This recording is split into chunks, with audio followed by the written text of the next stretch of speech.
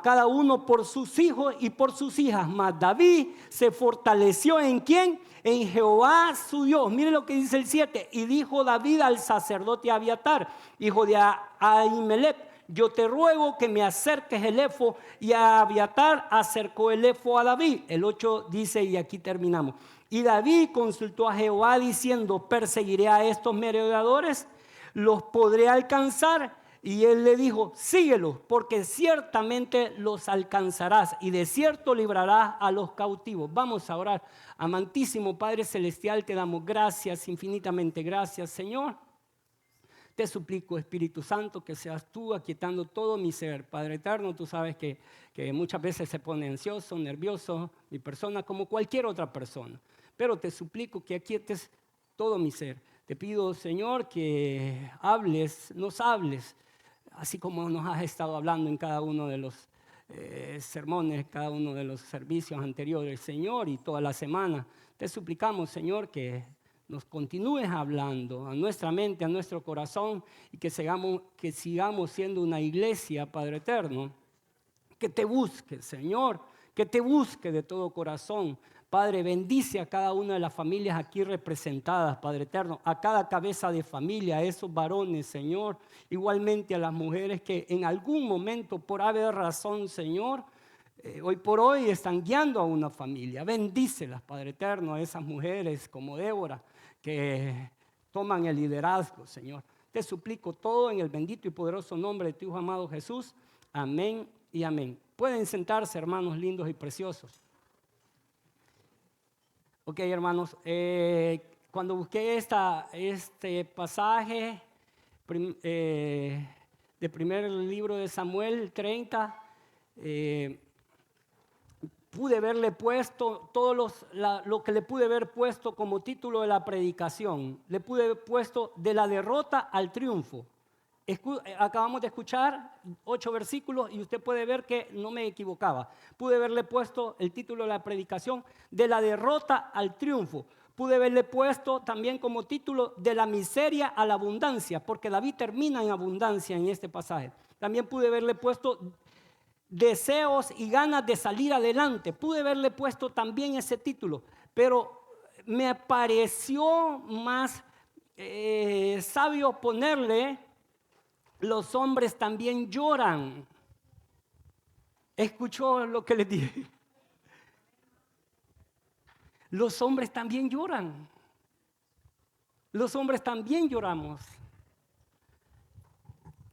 Fíjense que hay una cultura desde México hasta Sudamérica. Cultura quiere decir que está en todo el pueblo. Así lo ve normal, lo practica, lo vive. El machismo. Le dice a un niño porque se cae, a un niño, a un varón, se cae, se golpea, tiene dolor. ¿Y qué le dice el papá o le dice la mamá? Levántate, los hombres no lloran. Ahí se va apoyando, se va inculcando y se nos va restringiendo el llorar. Pues aquí vemos al mata gigante, a David, al mata gigante, llorando con los 600 hombres por lo que les estaba pasando. Increíble, ¿verdad? Así que el título de la predicación es Los hombres también lloran, ¿verdad? Creo que ese título no se les va a olvidar, por eso se los dejé ahí. Es normal que digan que las mujeres lloran, ¿verdad? Pero los hombres no. Y muchas veces los padres lloran en silencio, padres o madres lloran en silencio, y los hijos no nos damos ni cuenta. Quiero leerles algo para que tengan una idea del caso de David, ¿verdad? Ok, en este pasaje los amalecitas invaden a Siclap. En ausencia de David entraron por sorpresa en la ciudad de la cual había quedado desguarnecida. La saquearon, la incendiaron y se llevaron cautivos a las mujeres y a los niños. Con esta acción intentaban vengarse de las incursiones que recientemente había llevado a cabo David en su territorio. Sin embargo, la providencia de Dios inclinó de forma maravillosa los corazones de estos amalecitas a llevarse en cautiverio las mujeres y los niños, en lugar de darles muerte. La confusión y consternación que experimentaron David y sus hombres cuando hallaron sus casas reducidas a cenizas y a sus mujeres y niños llevados en cautiverio, después de una marcha de 3 días desde el campamento de los filisteos hasta Siclap, ahora que llegaban fatigados en extremo, pero con la esperanza de hallar reposo en sus casas y gozo en su familia. Qué escenario tan negro y descorazonador tenía a la vista. Ellos les hizo llorar amargamente, sin exceptuar a David, aunque eran hombres de guerra, hasta que le faltaron las fuerzas para llorar. Los hombres de David murmuraron de él y se amotinaron contra él. David se angustió mucho porque además de las pérdidas que él mismo había experimentado, el pueblo hablaba de apedrearlo, porque le consideraban causante de aquella calamidad por la forma en que había provocado a los amalecitas y por haber dejado sin ninguna guarnición a la ciudad, porque comenzaron ahora a perder la esperanza de la promoción que se habían prometido al seguir a David. Tenían todas las ilusiones de llegar a ser príncipes y ahora se veían como mendigos. Saúl, el rey Saúl, acordémonos que David había sido ungido para ser rey, pero seguía siendo el rey Saúl. Saúl les había expulsado de su propio país a estos 600 hombres y sus familias porque seguían a David. Los filisteos le habían expulsado de su campamento. Los amalecitas habían saqueado su ciudad,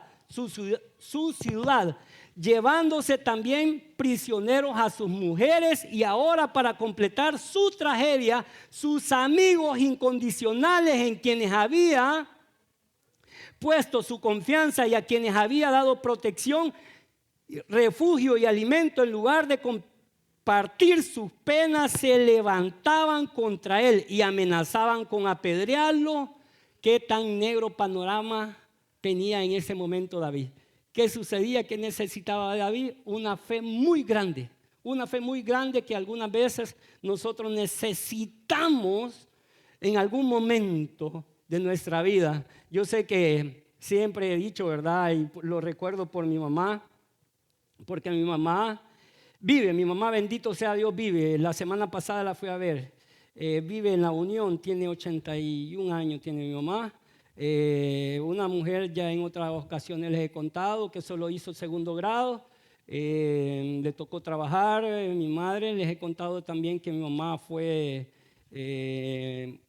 una doméstica y fue a servir a una casa donde había negocio de marisco. Mi mamá aprendió el negocio y fue como Dios la bendijo, ¿verdad?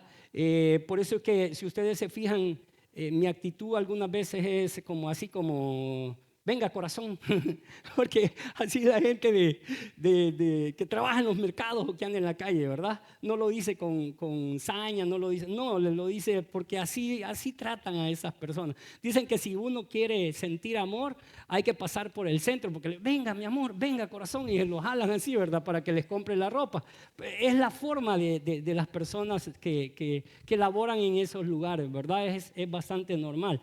Entonces podemos ver que para este panorama oscuro que se veía David, había que tener una fe grande. David pone toda su confianza en la providencia divina en medio de tan tremendo aprieto. David lo soportó con mejor ánimo, aunque tenía mayor motivo que ninguno de ellos para lamentarse. David puso en práctica su fe y su gracia, y fortalecerse así en Dios, guardó en su interior la calma, mientras los demás se quitaban los ánimos unos a otros. Aquí tengo un ejemplo. David se fortaleció en Dios, viendo ese panorama tan difícil. Se puede imaginar, había perdido todo. O sea, para David no había sido fácil. Yo ya le voy a seguir diciendo qué tipo de vida fue la vida de David. Y mire lo complicado, complejo algunas veces, que tal vez a mí, tal vez a usted no me quisiera entender.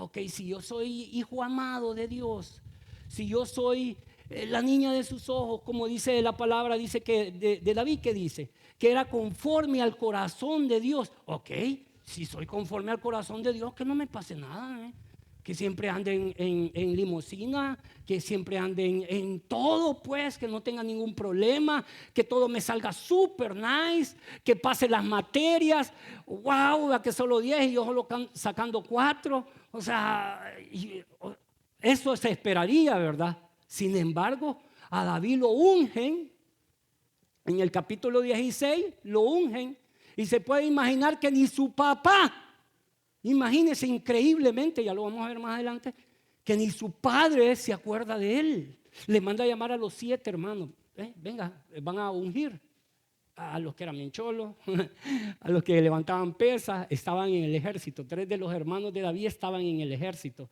Entonces, cuando Samuel los ve, el profeta los ve, le dice a Jehová, delante de ti está el ungido, le dice, ¿verdad? Viendo a Eliab. Eliab era el hermano mayor de David. Claro, él estaba en el ejército.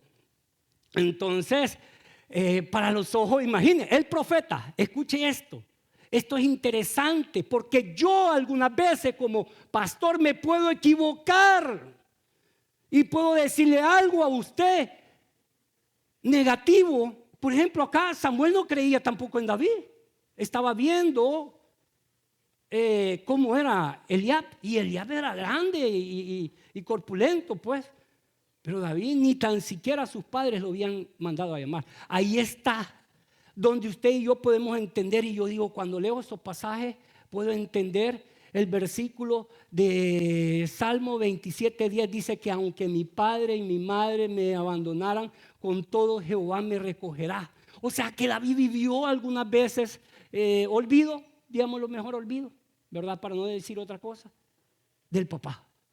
Y también los hermanos, ni tan siquiera los hermanos dijeron, mira, Eliab y el otro, y David, pues, o sea, mandaron a llamar a todos los hermanos para ungirlo, y David no está acá, ninguno de ellos, ninguno, hasta que cayó en la cuenta que Samuel vio que ninguno de los 7 había pasado ya y ninguno de ellos se acuerdan de David.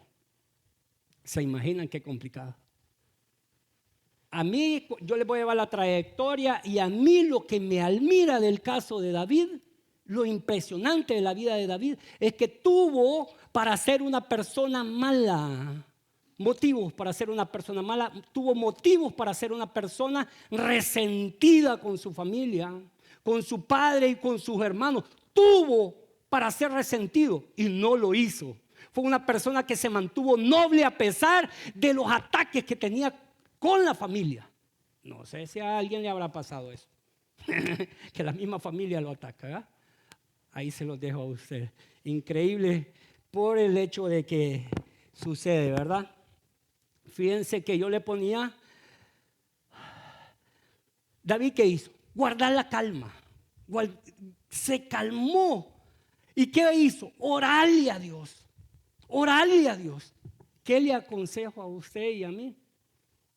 En vez de hablarle a cualquier persona, váyase a su cuarto. Dentro de un rato Luisito va a poner unas imágenes que cuando uno va a orar, va como un gatito y vuelve como un tigre o vuelve como un león. Voy a ver ahora si no me pasa, ¿verdad? Ejemplo que tengo, fíjense que yo ya en otra ocasión creo que les he dicho que mi mamá vive 2 cuadras en la Unión, en el centro de la Unión, pero en el barrio La Playa se llama. Queda 2 cuadras antes de llegar a la playa. Imagínense qué tan cerca me quedaba la playa a mí. Y no podía nadar. No podía nadar. Tenía 11 años y no podía nadar. Ok, me vengo con mi papá y mi papá me llevó a estudiar acá, ¿verdad? Y ahí nos llevó a aprender a nadar al círculo estudiantil. Le dicen el polvorín también. Ahí pasé 5 años, como 5 años y algo aprendiendo a nadar. Aprendí después de todo, aprendí a nadar los 4 estilos. Aprendí a nadar rápido, súper rápido, y tuve la dicha de salvarle la vida a mi hermano 2 veces en el lago de Apulo. Lo que le quiero decir y contar para ejemplificar esto es que cuando uno aprende a nadar, ok, aquí está la persona que se está ahogando, ¿verdad?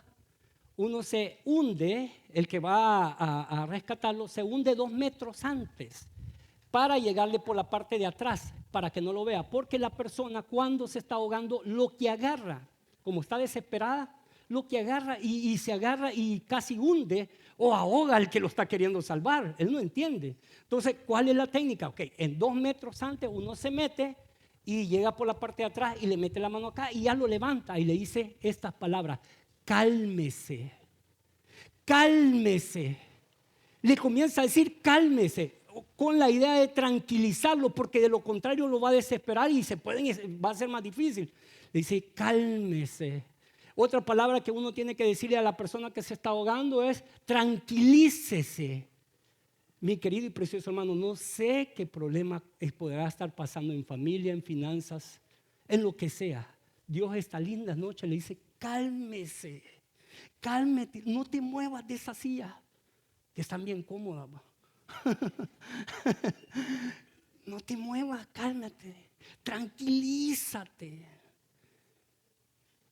Me comentaba el pastor David que algunas veces tengo dificultades y yo las he venido a escuchar. Dios me ha dado una idea escuchando las prédicas, sentado ahí, ¿verdad? Entonces, cálmese, hermano. No sé, le vuelvo a repetir qué situación puede estar usted viviendo, ¿verdad? Difícil, qué sé yo, legal, un pariente enfermo, una persona en la cárcel, no sé, pero cálmese. La persona que está en el mar y se desespera, aunque pueda nadar, se ahoga. Si se desespera, se ahoga. Aunque pueda nadar, se lo garantizo.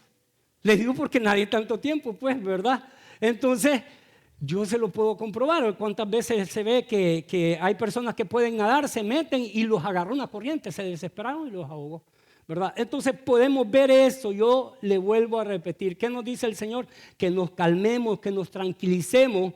Que fue tener esa calma acá adentro, ¿verdad? En mi mente, en mi corazón, perdón.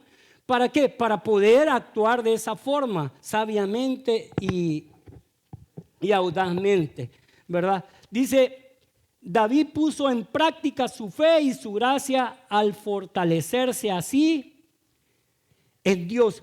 Guardó en su interior la calma mientras los demás se quitaban los ánimos unos a otros. David consulta a Dios para qué deban hacer. No quería lanzarse a esta misión sin pedir antes consejo a Dios, con lo que mostraba así que de él dependía y a Dios se sometía al frente de todos los hombres que estaban a sus órdenes. Él se puso en marcha contra los amalecitas. Veamos cuán rápidamente su paciencia y su fe apaciguaron el motín de sus soldados. Cuando el pueblo hablaba de apedrearlo, si David hubiese amenazado con ahorcarlos a los cabecillas o los promotores del motín, a pesar de lo justo de la sentencia, habría resultado perniciosas consecuencias para sus propios intereses en tan crítica coyuntura.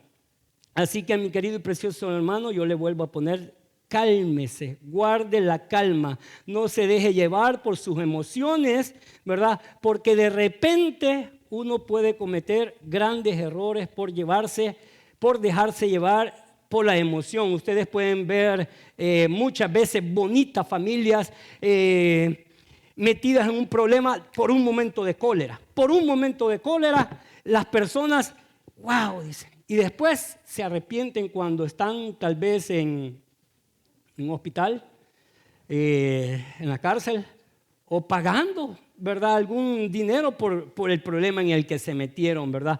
Cuando nos hallamos decepcionados y desalentados en las esperanzas que hayamos puesto en las causas, segunda, sigamos adelante con buen ánimo y confiemos en el poder de Dios, pues así le dará gloria creyéndolo. Fíjense que yo ponía también acá En las grandes tormentas se demuestran los capitanes. En las grandes tormentas se demuestran los capitanes. Miren, el caso de David, por ejemplo. David se fortaleció en la oración. David se fortaleció en la oración. David se fortaleció en Jehová su Dios. La oración cambia las cosas. ¿Cuántas veces he tenido dificultades que yo puedo, ok, Señor, yo no puedo hacer nada, ayúdame, abre puertas? Y el Señor hasta el día de ahora ha abierto puertas y nos ha ayudado en todo. David, mire toda una secuencia de David. David, primeramente pasteando las ovejas. David es ungido por el profeta Samuel. David al servicio de Saúl. David es mal juzgado por sus hermanos, Eliab y los demás. David mata a Goliat y le vuelve la moral a los israelitas. Imagínense, ¿verdad? Saúl trata, después de eso, Saúl trata de matar a David. Saúl persigue a David por tierra, mar, por todos lados lo anda persiguiendo. ¿Y qué sucede? ¿Qué sucede acá? Simplemente imagínense cómo sucede algunas veces el ser humano. Solo sintió molestia, le molestó la alabanza que comenzó a cantar las personas, ¿verdad? A David, cuando iban entrando después de una batalla, comenzaron a cantar. Saúl mató a sus 1000 o hirió a sus 1000 y David a sus 10,000. ¡Pum! Le cayó la molestia a Saúl. Se pueden imaginar. Hermano, uno debe de tener cuidado, porque en algún momento tú puedes estar siendo un Saúl de alguien. Es de tener cuidado. Es de ponerse atención uno mismo. Porque le vuelvo a repetir, usted y yo podemos estar siendo un Saúl, ¿verdad? Un Saúl. Entonces podemos ver el caso de David, ¿verdad? Saúl trata de matar a David. Saúl persigue a David por toda la tierra, ¿verdad? Y por montañas. David perdona la vida de Saúl. Saben que esto me impresiona. ¿Cómo es que Saúl lo andaba queriendo matar y David cuando lo puede, le puede quitar la vida y que se acabe todo, como dicen en buen salvadoreño? Yo creo que esa frase de aquí es muerto el perro, se acaba la rabia, algo así dicen, ¿verdad que sí? Ok, pudo haber pensado David, ok, quitémosle la vida, pues si él no me quiere quitar, pues pude haber sido en defensa propia, o no es así. Hay una ley en nuestro país y creo que en muchos países, que alguien entra a la casa y si entra a robar y tú le quitas la vida, ok, no vas a la cárcel porque fue en defensa propia, estaba en tu casa y quería dañarte, ¿verdad? Entonces, claro, tienen que ir las investigaciones. Pero mire, David perdona la vida de Saúl. David perdona la vida de nuevo de Saúl. David toma la decisión de pasarse a Aquis, donde los filisteos, huyó a Gab y le fue dado Siclab. Ok, Siclab estaba bajo control de los filisteos. Los filisteos ok, ¿qué era Siclab? Siclab era una aldea que le habían dado a David. David andaba huyendo en este momento de Saúl, del rey Saúl. Entonces viene y se le ocurre a David, en algún momento, se le ocurre, ok, me voy a pasar a los filisteos. Imagínense qué increíble, me voy a pasar a los filisteos. ¿Por qué? Porque así ya no me va a buscar. Y en realidad así pasa. Cuando David se pasa al campamento o a las tierras de los filisteos, deja de seguirlo Saúl. Buena estrategia. Pero saben que fue una estrategia sin consultarle a Dios. Sin consultarle a Dios. Por eso es que los hombres de David le comienzan a reclamar, ¿verdad? Le comienzan a reclamar. Entonces, sin embargo, David fue tan inteligente, tan audaz, que cuando cometía errores, no venía y se quedaba en el error. Yo no sé, le vuelvo a repetir, algunas personas tal vez por haber razón en algún negocio o en algo, dejan de intentarlo. Algunos, no, ¿para qué voy a seguir? Otros, no, ya no vuelvo a la iglesia porque me hicieron mal. Saben que yo tengo un pensamiento de un hermano que lo conocí ahí en la iglesia central. Él me dijo un día, a mí si yo como estoy consciente de lo que me sirve estar en la iglesia, a mí que aunque me corran no me voy, me dijo. Imagínense. O sea, tomar esa actitud, ¿verdad? Ok, ¿por qué? Porque yo sé que aquí está la fuente. Yo me he ido alucinado con esa prédica de la hermana Rosita. ¡Wow! Como cuando predicó el hermano Samuel, ¿va? No hay duda, son catedráticos, ¿va? Increíble, queda uno hasta con la boca abierta, ¿va? Y de remate tienen la gran bendición que son maestros. Por eso que los pueden ver que ellos tienen una mayor facilidad que mi persona, ¿va? Son maestros, se dedican a eso. Sin embargo, le agradezco a Dios que, como dicen, Dios los bendice también. Podemos ver todas esas bendiciones, ¿verdad? Entonces queremos ver, dice más acá, los filisteos desconfían de David y de una forma lo echan y ahora está frente al panorama más oscuro o hasta ese momento de su vida, sus propios compañeros y el pueblo lo quieren matar. Sus propios compañeros lo quieren matar, se pueden imaginar. Fíjense que nos queda poco tiempo porque solo hasta 10 minutos me quedan.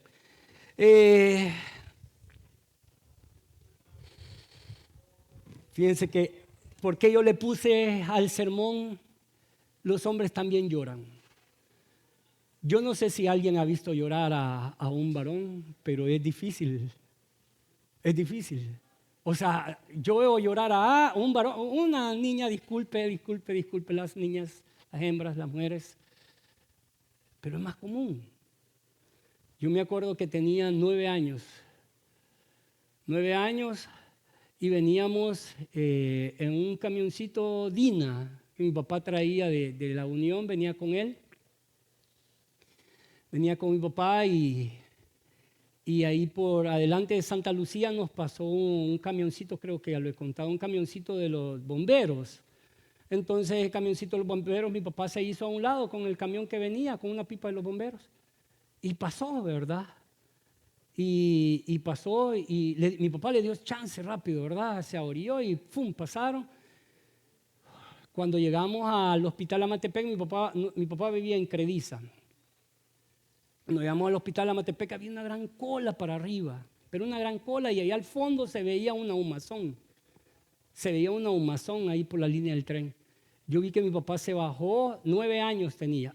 Usted me pregunta, ahí tengo la imagen. No la guardo con resentimiento, pero para que vea lo poderosa que es nuestra mente. Ahí está la imagen.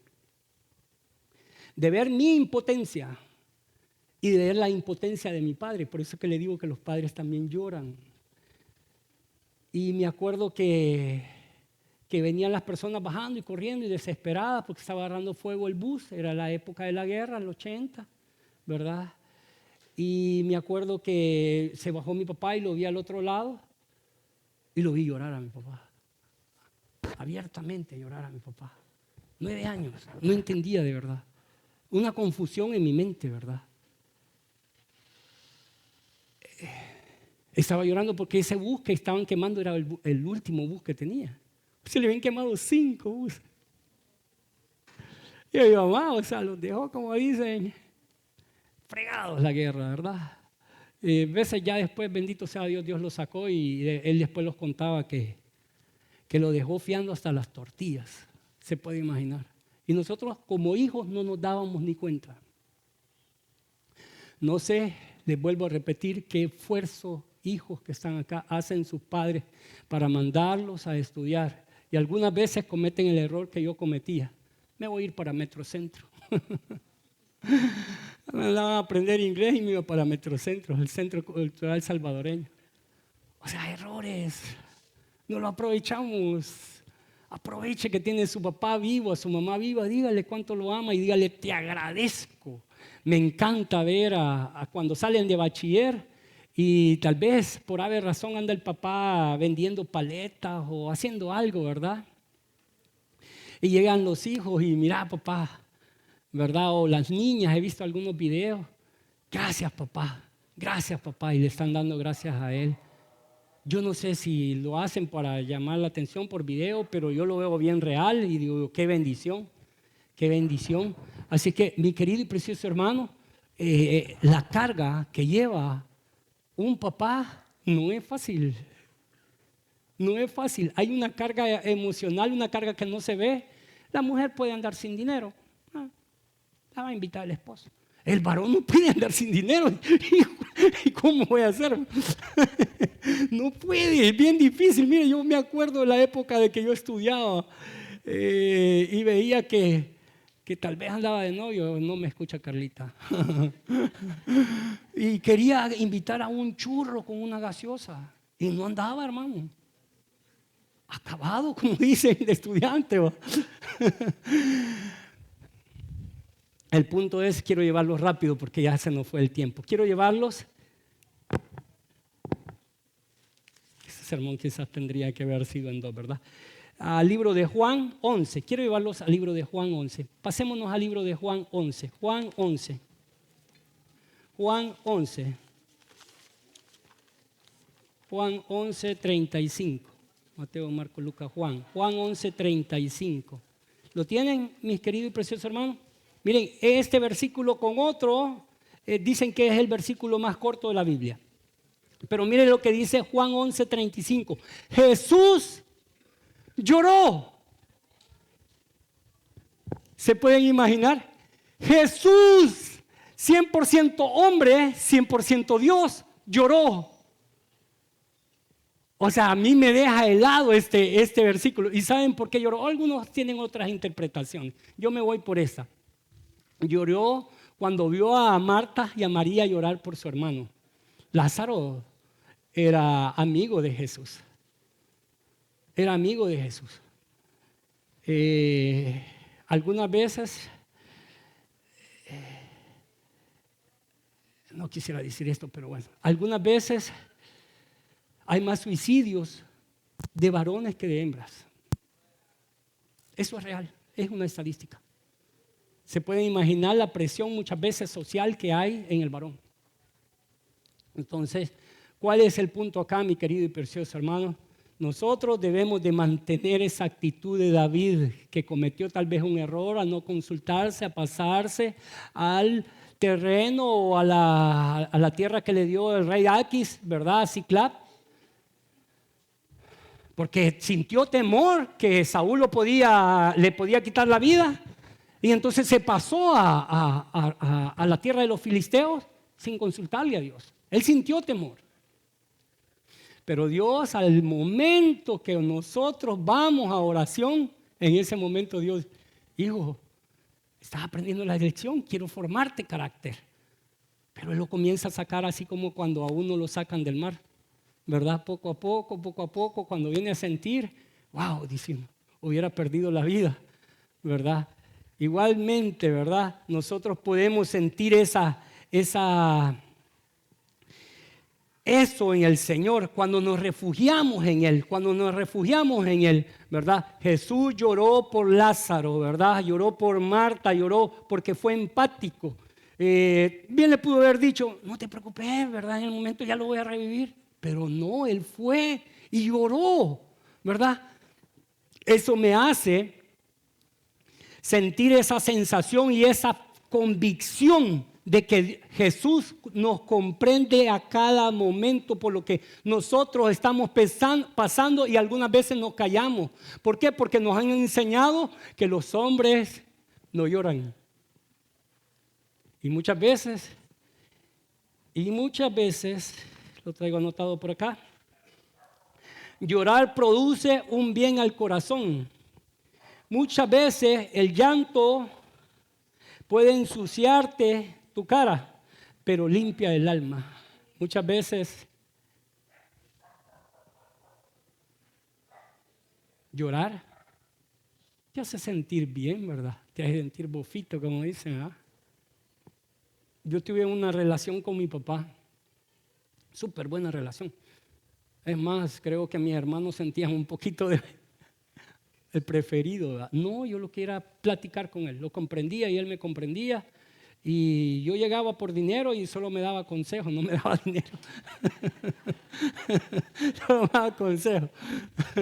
Así que el Señor también muchas veces, así no te va a dar el dinero, solo te va a dar el consejo. Anda, toca allá, anda, hace esto, te va a dar una idea y te va a sacar del problema que estás. Démosle un gran aplauso a mi Señor Jesucristo, hermano.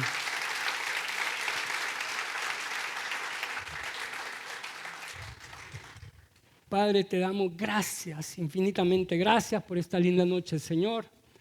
Te agradecemos por este pueblo precioso que ha venido, Señor. Te suplicamos, Señor, que seas tú fortaleciéndolos a cada uno de ellos, a cada uno de los padres de familia, a cada una de esas madres que hoy por hoy les ha tocado ser el líder de ese hogar. Te suplico, Señor, que fortalezca grandemente a todas las familias. Oro, Padre eterno, con mucho amor y cariño y respeto por nuestro pastor Maravilla. Señor, guárdalo, protégelo a él y toda su familia.